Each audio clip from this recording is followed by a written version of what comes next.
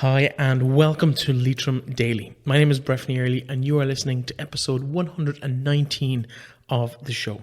It is the sports roundup where we look back over the course of the last couple of days at the sport around the county. For full schedule today, we will be talking about events which unfolded in the Aviva Stadium yesterday afternoon for Mohill's Dearbhaile Beirne, who unfortunately finished up on the wrong side of a 3-2 result in the FAI Women's Senior Cup final.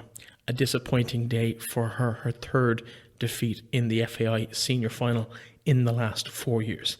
Her day will most definitely come though.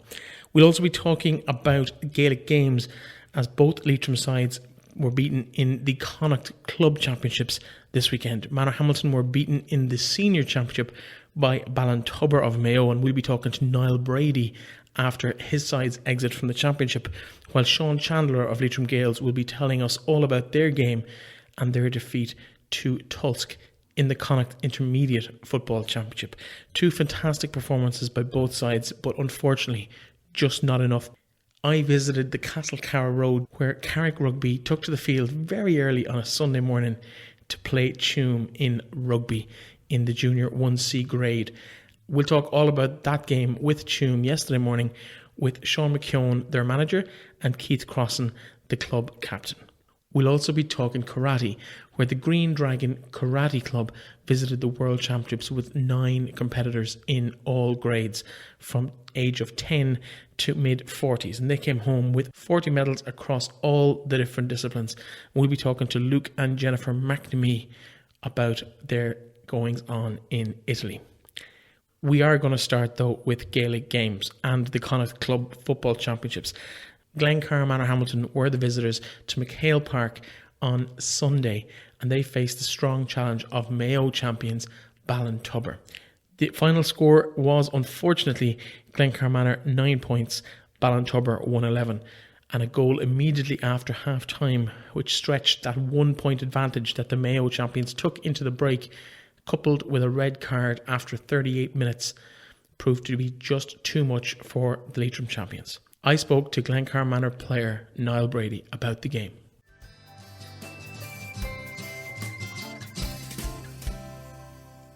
Yesterday afternoon in McHale Park saw the end of the season for Glencar Manor as they went down to Ballintubber of Mayo on a scoreline of 111 to 9 points. Joining me to talk about the game is Niall Brady. Niall, welcome to the show. Hi, Breifne. Thanks for having me. No problem at all. It must be tough to come on and have a chat with me today after the way the game played out yesterday. Talk us through the game. It was a pretty bright first half, and then it all seemed to go downhill straight after the start of the second half of the game. I suppose we went there with a game plan to try and ease ourselves into the game, stay with them in the first 10 or 15 minutes. And once we got it back to 3-3, I felt we did that and we competed well in the first half. And then in the second half, I suppose we just, a few decisions didn't go our way. But overall, I was actually quite happy with the ref. But we're just unfortunate. Maybe get a red card and a goal straight after half time was a bit of a killer blow. But thankfully, we kept going and we kept playing for the win, I suppose, rather than trying to contain them, which was something we were proud of. That kind of 7 or 8 minute spell at the start of the second half just seemed to be the undoing. Talk us through the goal and how that takes kind of the wind to your sails. Everything you've talked about at half time kind of goes out the window at that point.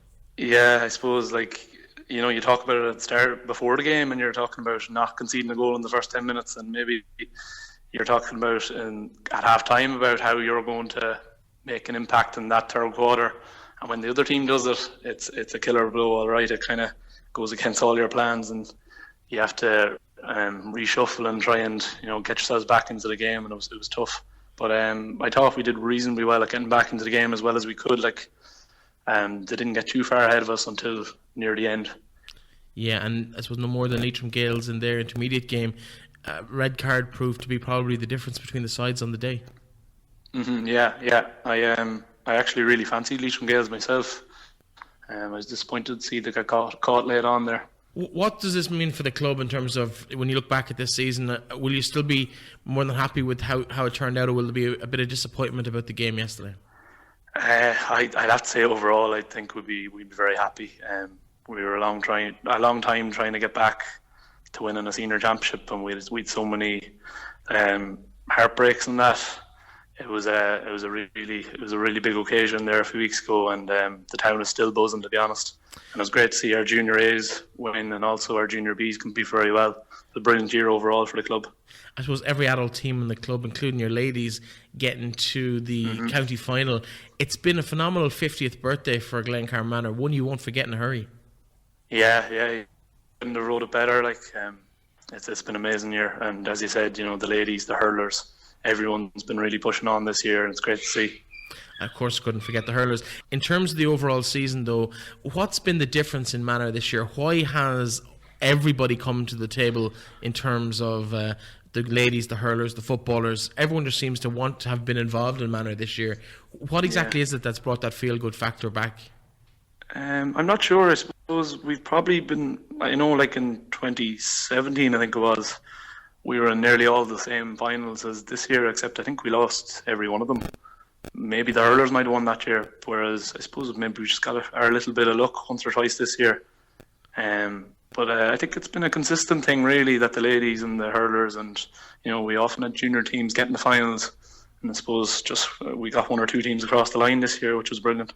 So basically, Manor are just always great. That's what you're saying. I wouldn't say that. Well, listen, Niall, I'm not going to hold you up because I know it's a tough station today after the end of the championship season.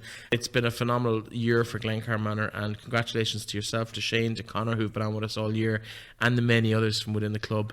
It's been great. Thank you so much for all your support during the year, and hard luck yesterday. Thanks very much, Breifne. Really appreciate it.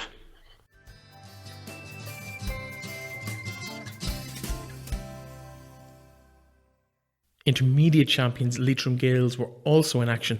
On Saturday, they faced the trip to Dr. Hyde Park in Roscommon to play the Roscommon champions Tulsk. It was a tight, cagey affair, a black card for Leitrim player Aidan Flynn in the first half, and a booking for 2 yellow cards for James Flynn in the second proved to be the undoing of the Leitrim champions. A late rally from Tulsk left all too much to do for the men in green and purple, and despite an injury time goal from the Leitrim champions, they finished short by a single point. I caught up with Shaun Chandler of Leitrim Gaels after their disappointment.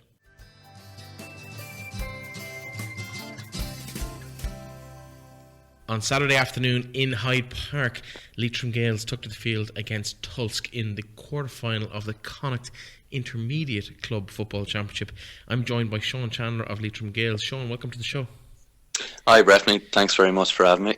You're more than welcome. It was an interesting day, full of events and incidents. Talk us through the game. A really bright start for you. So obviously we were playing Tulsk, and we started the game really well. I think we kicked the first 3 points unanswered. I'm not fully sure on that, but got off to a great start. Colin Morton kicked 1 or 2 big points. David Broom got 1. And then Tulsk sort of got a few minutes there where they kicked their first point, and then they got a goal. But, we did quite well throughout the game. Obviously, we lost Aidan to a black card just, not too far before half time. And, I thought we actually dealt quite well with it. We didn't really seem to struggle too much without him. For a while, obviously towards the end, now he would have been a huge player for us. But then in the second half, I think Tulsk maybe just a little bit more experienced. They got a good run on us, and I think I saw a stat. They went 7 points. They outscored us 7 points to 1 maybe in the second half, which from our point of view, we need to, it's not going to win you a game, and maybe that was just the difference then in the end. Yeah, that was the run-in, the last period of the game where they just kind of seemed to run away until that last-minute goal from Colin Morton. Of course, the black card you mentioned for Aidan Flynn and also the red card for James Flynn, they seem to have a really big influence on the game. They would, and obviously Aidan's huge for us. He'd be one of our most experienced players, and you want Aidan on your pitch. He's the leader. He's our captain. And then James was unlucky there in the second half. I think there was around, I'm not sure, there might have been just under 10 minutes to go, and James picked up a second yellow, and then at that stage, I think Tulsk had quite a good run on us at that time. And maybe, I'm not sure if we were going to come back and win that game at that stage. But look at James going off again, another huge player for us at fullback, and just made things a little bit harder for us. I suppose at the end of the game, just coming into injury time, 4 or 5 points down at one stage, you brought it back to that single point, that late rally from yourselves. Colin Morton with a goal to bring it back to 112 to 113. Was there any chance of you maybe sneaking that game? Because I wasn't at the game, but there was many chance of you actually getting back and getting that draw and maybe having another crack at it? Well, Colum's goal now, it came at the very end. I think the next kick out, I think it was blown up. So, the ref maybe could have given us another chance to try and get it. But if I remember correctly, I'm pretty sure after Colum's goal, the ref had blown it up, that kick out. So, look at if we'd, you never know, if we'd won the kick out, you'd like to think we'd have gone on and scored. But as far as I can remember, I think that's how it played out. In terms of the actual game itself, it's a first Connacht Club Championship outing at intermediate level for Leitrim Gaels. Of course, you won't get another crack at it because you're a senior club now. What's the learnings that you took from the game yourself over the weekend? It was great for us. We've a very young team there, and obviously going up and playing on the Connacht stage, it's great. You're competing against teams from different counties, so you're sort of seeing what level you're at. And we were excited to go up against the Roscommon champions, being Tulsk. We knew we were going to give them a great game. We were confident that it was a game we could go and win. And look, we learned a lot of things. Obviously, from them, they never panicked. They were losing nearly the whole game up until maybe 15 minutes into the second half, and that's something that us ourselves would like to learn from that. How they never panicked, and they just kept chipping away. They kept chipping away point after point, and for ourselves, we maybe that bit of youth showed a little bit of inexperience. Maybe we could have been a bit cuter, a bit smarter, especially with that 7 points to 1 in the second half. It's things like that I think we're going to learn from that game. Maybe just someone making a call, or just just being able to turn that tide a little bit and get the game back under our control. But overall, we're obviously disappointed with the result, but it was a great experience at the end of the day. In terms of that game, Leitrim champions tend to kind of almost settle for just winning the county title. It's nice to see you actually really put it up to Roscommon side. Do you think that's something that Leitrim teams in the future, whoever might win that intermediate championship next year, and I suppose some of the favourites will be the likes of Drumkeeran or Annaduff, or maybe some of the teams coming down, Drumahare, I know I've had a crack at this before. Do you think that's something that a Leitrim team could really target, actually getting a good run in a Connacht, or maybe even an All-Ireland series at this level? I definitely think so, Breifne. Now, obviously at the start of the year, our aim was to be intermediate champions, and whatever came after that would be a huge bonus. But I think after all the work that you put in to win that intermediate championship, you're already at a very high level and a good stage. And while you're there, to put on another big push for a few weeks, like, we were delighted to be playing football in November.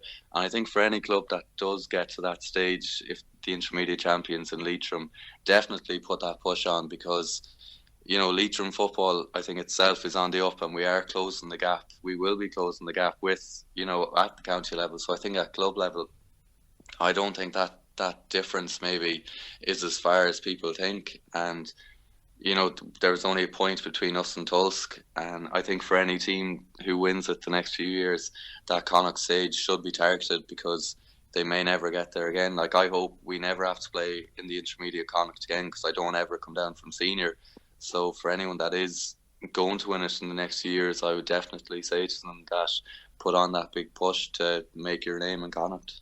In terms of your own winter, I suppose now it's a long time before Leitrim Gaels will be back in action in competitive games in the new year, but you've been involved with county sides all the way up to under 20. Will we be seeing you maybe in a county squad this year? Would that be part of your ambitions?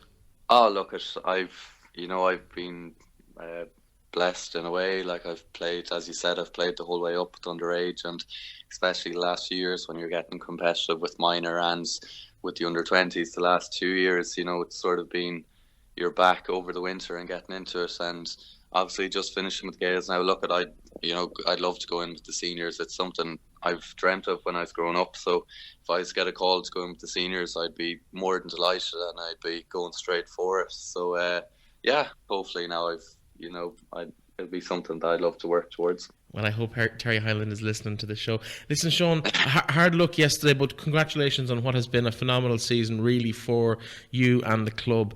The very best of luck, and I think you and possibly a few more of your teammates might be getting that call from Terry Hyland, at least to come in and have a look over the next couple of weeks. The very best of luck with that.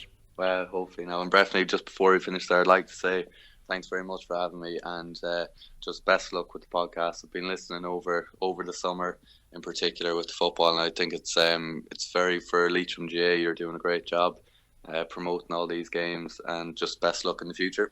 Appreciate the kind words, Shaun. Thanks very much, and hard luck again. Best of luck over the winter, whatever it may hold for you. Cheers, Breifne. Thanks very much now.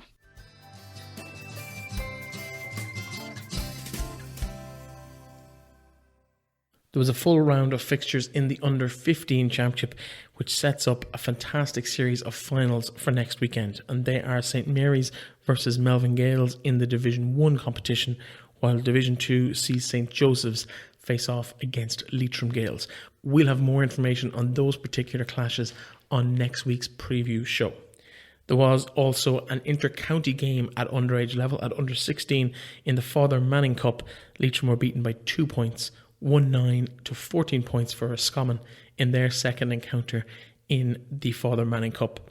They face the trip to Offaly this weekend for their final Father Manning Cup fixture in the group stage.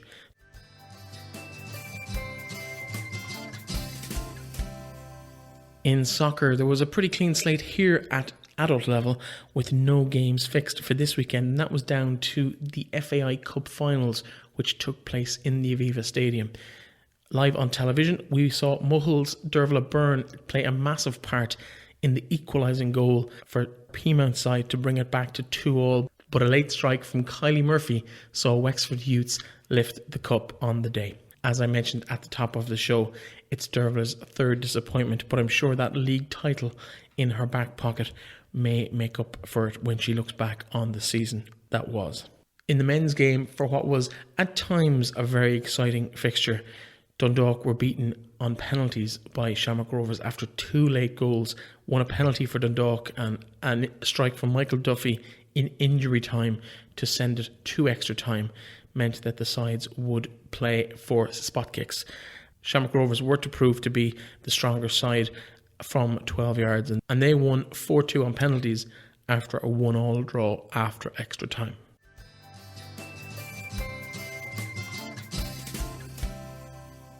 In rugby locally in the All-Ireland League on Saturday, Leitrim Village's Matthew Earley made his competitive starting debut for the side in Division 2B of the league. They ran out on a 14-10 points victory against Dungannon after a hard-fought 80-minute battle in really tough conditions in Hamilton Park in Strand Hill.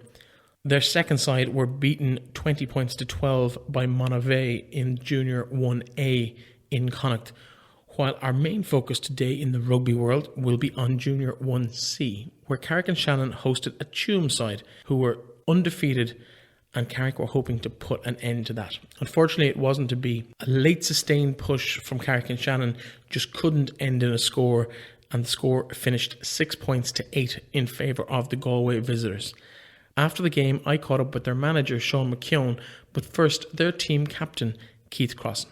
Keith, tough day at the office today. Absolutely, yeah. Tuam are a very good opposition, put up a good fight, but we knew it was going to be a tough game. We've had a couple of battles with them over the last 2 or 3 years, and there's never been an easy day out with these guys. 8-6 in the end there. It seemed a bit, you had most of the possession towards the end of the game, had an opportunity to drop goal, you couldn't quite seem to make that breakthrough and get over the line.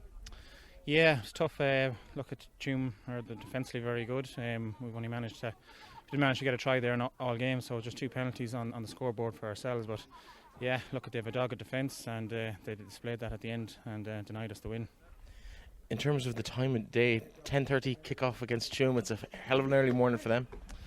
It is, yeah, exactly. No, it was early enough for us to get up and be on the pitch, wide and awake at 10:30. So the Tuam guys, to be fair, they had an extra hour of a travel than we do. So, look, yeah, they came with an appetite, they came for hunger for a win, and they managed to secure it. But look, yeah, we turned up. I think we put in a very good, strong defensive display against them, and brought the game to them. But I think the drop of a ball was all that was in it. In terms of the season, you obviously promoted last year. How are you finding that step up to the 1C division? I suppose this division that we move up to, the fitness levels need to be that bit higher. The tackles and the challenges and the collisions are an awful lot more heavier than they were in the below league. So I think I think it's the right league for us. We're well able to bring up the challenge, and it'll come together in the end. All that being said, I know it's tough to be looking at the wrong side of a 2-point defeat today, but it is only a 2-point defeat, haven't been promoted. So does that give you confidence going forward that you can compete at this level and maybe push on towards the top of the table? Oh, absolutely, yeah. Look, at Tuam are probably one of the best teams in the league, and we'd like to think that we're up there in the mix with them. So 2 points is, as I said, it's only the drop of a ball, a kick of a penalty between winning and losing, and on a different day we would have taken the win. Keith, hard luck today, but best luck for the rest of the season. Thanks, Breifne. Shaun, McKeon, what are your thoughts on that? It was hard to take at home. It's our first loss at home in 2 years, 2 seasons, so it's hard to take. But we didn't really, when we had overlaps and we had enough ball, we didn't exploit it. So look, it's very easy to point fingers, and the referee I thought was very poor. But it's a different level. Tuam, probably there's never much between us even last year. So look, I think the big thing was we didn't exploit the advantages we had when we had them, and that's we just have to work on that. Conditions this morning very foggy. Any effect on the game at all? None. If anything, perfect conditions for playing. Like isn't a breeze. So look, at our set piece was very good. Our scrum was good. Our line-out was good. Maybe a couple of slip balls, maybe a knock on one or two in the line-outs. But apart from that, like, our set piece was perfect. Like, our mistakes probably came where we rushed things and didn't use our overlaps. The offside line wasn't policed at all. So it was very hard to get go forward ball from our back line when guys were 3 or 4 metres offside and every ball coming out of a ruck. So. How have you found the step up in class this year from the lower division up to the Division 1C? Well, it's clear there. J2, Tuam were there. There's about with us last year, J2, and they're now second in the league. So, it's not a difference in class. It's more a difference in fitness. And if anything, J2 was probably better refereed. They actually had better referees because you had younger guys coming up that were being blooded, and now we have guys that shouldn't be refereeing in adult games from a safety perspective, in my view. So look at today was, I don't mean to be like it's very easy for a coach to blame a referee, but I don't do it lightly. But today was like we're horrified at and I hope because there was an assessor here that'll be pointed out and brought back to the Connacht branch. Well, the referee probably didn't have his best game, I think it's fair to say, but at the same time, the referee didn't make that choice at the end not to try and push across the line. Any regrets over how that last play played out?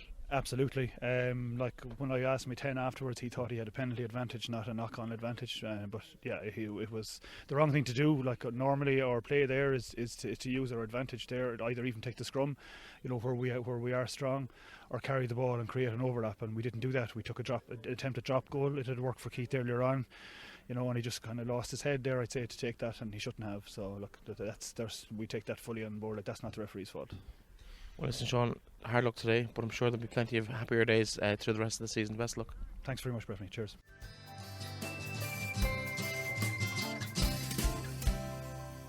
And now for something a little bit different. We haven't covered karate on the show up to now, but we have some fantastic news coming home to us from Italy. And I'm joined by Luke and Jennifer McNamee of the Green Dragon Club, based in their Sligo club and Leitrim Club, but they compete in Carrick and Shannon, based in Ora. Luke and Jennifer, welcome to the show. Hi, Breifne. Obviously, mother and son. Luke, you're a competitor, and Jennifer, you're there as... I'm a parent, and just a parent. And you've obviously been involved for a long, long time to get to this level. Well, I have. Yeah. I have, yeah. They've been involved in the club a long time. Jennifer, we might start with you for a second. Tell us a bit about the club and what it offers and how it takes in the youngsters from around and some of the old people. You're the range, I believe, from 10 years of age right up to the mid-40s. So it's really a wide range of ages involved with the club. Tell us a bit about the club and the team that's gone over there to Italy this week. Yeah. Well, the club it's based from Sligo, and we have classes in Carrick and Shannon, and there is it's a very it's mixed ages. So anybody is welcome to join in from age 5 up to adults. They do karate, and they do karate points and kumite, which will be sparring, and then they do kata as well, which is it's like forms, basic karate forms. It's like you'd kind of see in the Bruce Lee movies before they come into contact. It's that kind of thing. Exactly, yes, yeah. Let's talk about for a second about the last 4 days of competition that you've had in Carrera in Italy. What exactly has been going on? You arrive here on Wednesday, you'll be brought to your hotel, and then Thursday the competition starts. So you go in on Thursday morning and there's an opening ceremony, and all other countries all march in with their flags. And then when competition starts, you have you'd be involved in a couple of competitions, but you have to get through rounds. So that would go on from Thursday, Friday and Saturday, and then on Sunday would be the finals day where you'd be competing for the gold or silver.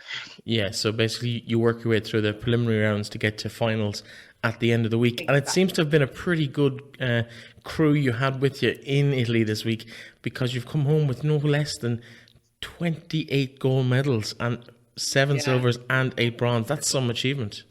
Yeah, so proud of them all. I mean, they worked really hard to get here, and they deserve everything they've gotten. They're really great. And, even their sensei, John Sweeney, all the work he's put in with them, it's just so good to see them being rewarded. Yeah. It's been great fun. I mean, I know it's a competition as well, but it's they're like a karate family. So there's been a lot of fun as well as the competition. And Luke, tell us a bit about your 5 gold medals today. What was your highlight of the week? He's lost for words. I think he's too exhausted.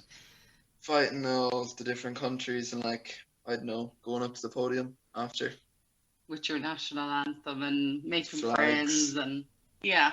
Thanks very much for joining us. Before we let you go, can you tell us a bit about where people can actually find out more information about Green Dragon Karate Club? Yes, we have a Facebook page called WTKA Ireland, and you can also we have classes in Aura Leisure Centre on a Wednesday at 4:30 until 5:30, and then Saturday morning from 10 a.m. till 11 a.m. And, they can contact the Facebook page, message us anytime to find out more information. But everybody is welcome. It's a great friendly club. And I'd just even to say thank you so much, to John Sweeney, who's put in all the hard work and effort with them. And Sensei Michael Sweeney, who travelled to Italy and coached them all and put in so much effort. And Philip Flynn as well, who this is his first year that he would have been refereeing. So there's been so much work put in on the parents and everything. It is an expensive sport when you have to travel, but I mean, I just can't thank them all enough, and they've made this trip so amazing. It makes it all worthwhile as well when you come home with all those medals. Thank you so much for joining me. To Luke and Jennifer, congratulations on a fantastic weekend to you and to the rest of the Green Dragon Club, and safe travels home to Leitrim. Great, thanks very much. Thank you.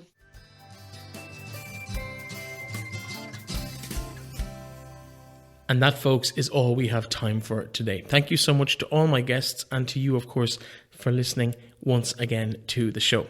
I'll be back tomorrow with Faces and Places, where we listen to what went on at the Boxty Festival. Talk to you then.